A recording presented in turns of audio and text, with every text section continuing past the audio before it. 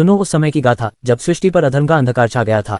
एक ऐसा असुर जिसे हराना देवताओं के बस में भी नहीं था। नाम था उसका रक्तबीज। रक्तबीज को एक अजीब और भयानक वरदान प्राप्त था। उसके खून की एक भी बूंद अगर धरती पर गिरती तो उस हर एक बूंद से एक नया और उतना ही शक्तिशाली रक्तबीज पैदा हो जाता। देवताओं ने उससे भयंकर युद्ध किया, लेकिन जैसे ही उन्होंने उस पर वार किया उसके शरीर से हजारों बूंदें धरती पर गिरीं और देखते ही देखते रणभूमि पर हजारों रक्तबीज खड़े हो गए। देवता डर से कांप उठे, उनकी सेना पीछे हटने लगी। अधर्म की जीत तय लग रही थी। निराश होकर सभी देवता देवी दुर्गा की शरण में गए।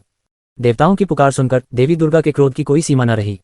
उनका चेहरा गुस्से से लाल हो गया और तभी उनके माथे से एक ऐसी शक्ति ने जन्म लिया जिसके आगे सृष्टि का हर अंधकार छोटा था। वह थी महाकाली। महाकाली का रूप अत्यंत भयानक था। श्याम वर्ण, बिखरे हुए बाल, गले में मुंडों की माला और आंखों में क्रोध की ज्वाला।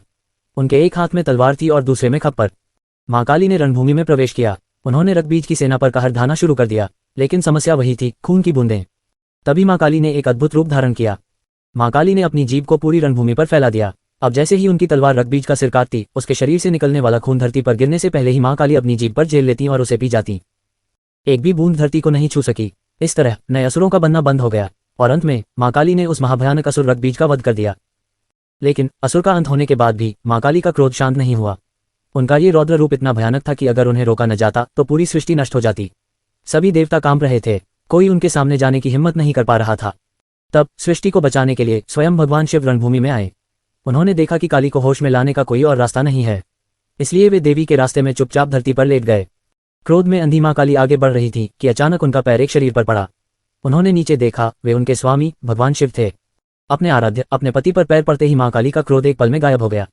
पश्चाताप और आश्चर्य से उनकी जीभ बाहर निकल आई। उनका गुस्सा शांत हो गया और वे दोबारा अपने शांत रूप में लौट आईं।